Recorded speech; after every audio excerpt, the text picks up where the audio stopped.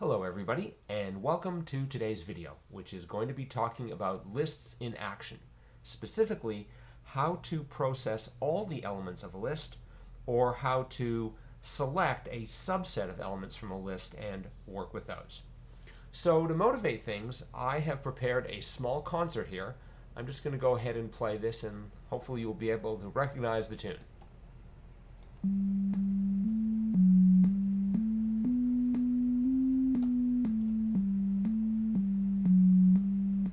So hopefully you recognize those familiar strains. That is the national anthem of the United Kingdom, so the first verse or so of God Save the Queen. Now, in order to prepare this, I had to, as you can see, prepare a whole bunch of notes. And so this is, I did this in advance because this is somewhat tedious, but we can do better than this. And in order to make things more efficient, we can create a list. So I'm going to go into variables here, and my block for working with lists, my basic reporter block for lists looks like this, and I have disclosure buttons, so I can click here. Now I'm going to need a bunch of these. 1, 2, 3, 4, 5. I'm going to need 16 of these. 3, 4, 5, 6, 7.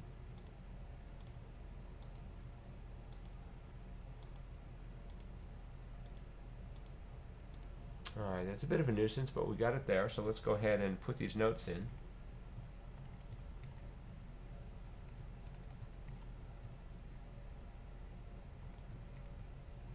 As you're watching, please let me know if I make a mistake. So there we have it. I have a list, and I am going to store this in a variable.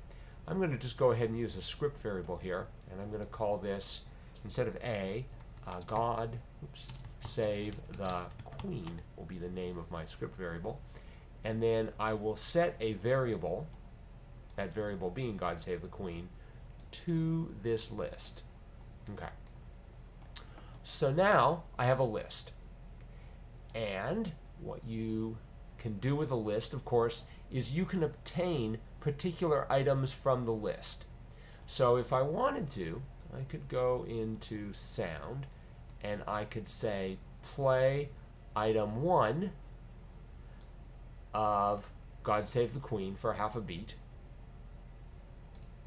And then I could say play note 2 of God Save the Queen for half a beat. So again, I'm using this block here that allows me to obtain any item from a particular list. So item 2, of course, would be the second 55 here. Well, as you might imagine, this really isn't saving very much at all, because I'm still going to have to do this. So in fact, because of the fact that this block is technically longer than this one, it looks like I'm making things worse. But I am on my way to making things better, because you'll notice that all of these, and of course I would have to keep going all the way to the last element, all of these are the same except in just one place. They're just changing in one single value. Because of that, I can define I could define a variable, or I could use a for block. Now, if I go into control, the for block that I'm looking for is not here, and that's because I have not yet imported tools.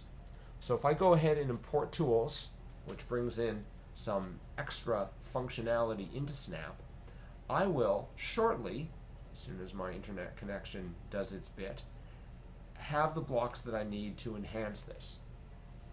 So I should probably start playing some elevator music, or possibly, there we go.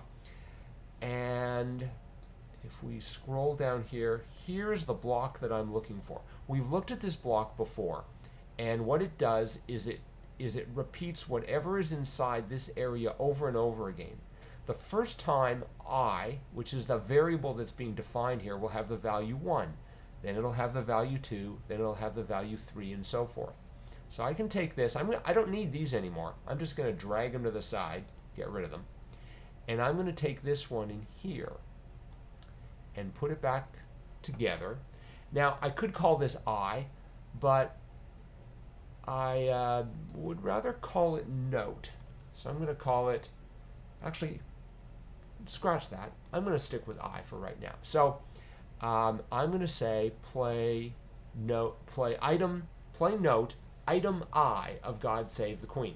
Now I'm going from 1 to 10, and I could count these. 1, 2, 3, 4, 5, 6, 7, 8, 9, 10, 11, 12, 13, 14, 15, 16. So I could put in the number 16 here. The problem with typing in the number 16 is, first of all, I had to count. As you can tell, I was a little bit wobbly on that. And secondly, if I did decide to add another verse, I'm going to have to change this, and I'm going to have to keep counting. There's a better way. Inside the script, inside the variables palette, I see a length of list block. So, of course, a reporter reports a value. So I'm going to put this in here. So I will let I go from 1 to the length of God Save the Queen. And so this script now does exactly the same thing as this script here, but this script is much easier to understand because it's more compact. So let's listen to it again in all its glory.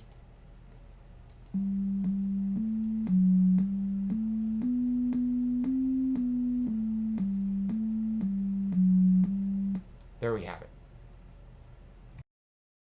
Now, this works just great, but there is another type of loop for repeating things over and over again that works even better in this particular situation. Because all that this loop was doing was we were just making I run through numbers so that we could obtain the items of the list.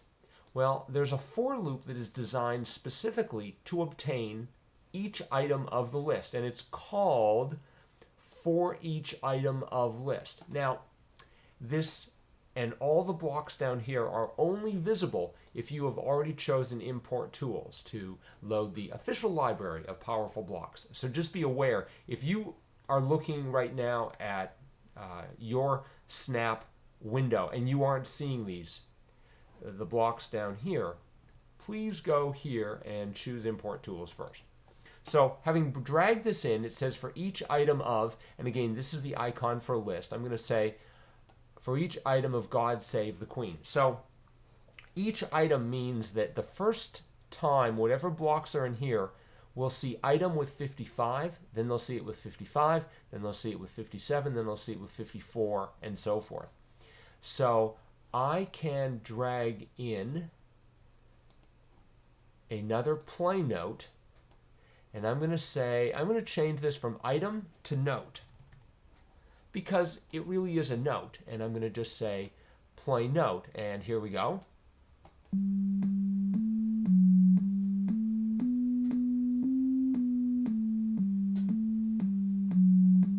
There we have it, and this is probably the most elegant way of doing things.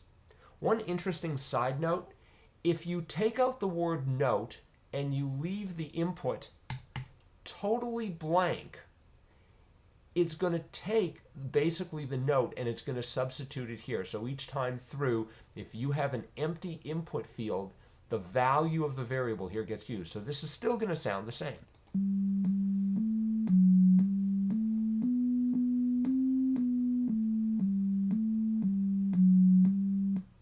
All right, so we have seen how we can use first of all with a for I equals something to something, and now a for each something of something block to play all the elements of a list. For those of you who are familiar with God Save the Queen, you may have noticed and probably objected to the fact that all the notes are being played for the same number of beats, for exactly half a beat, whether I use this approach or this approach to repetition. There's a better way. Every note could, in theory, have its own number of beats. And so we might decide, instead of doing things as we've been doing, we might decide to create a second list. And I'm going to call that list timing. And what luck, I just happen to have that list right here. So let me go ahead and insert it here. And now every note has, or could have anyways, its own beat. So for example, the fourth note is being played for 0.75 beats, the next note for 0.25 beats, and so forth. The very last note is being played for a whole beat. Now, In order to work with both of these lists, I can't use this block anymore, the for each note of something, because that only picks one list at a time. Since I need to reach out and obtain elements from two lists at a time, I'm going to have to go back to this.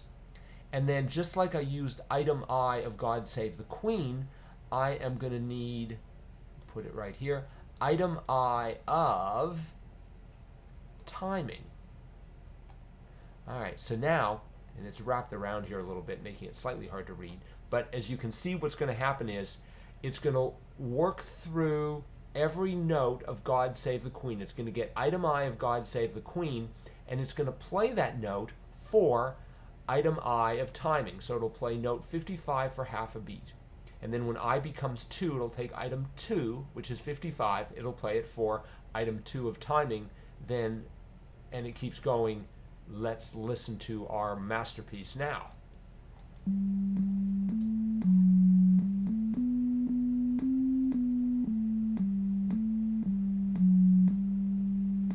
Much better. All right, so this ends this video on lists in action, and stay tuned for another video that's going to be looking at some more advanced features of lists.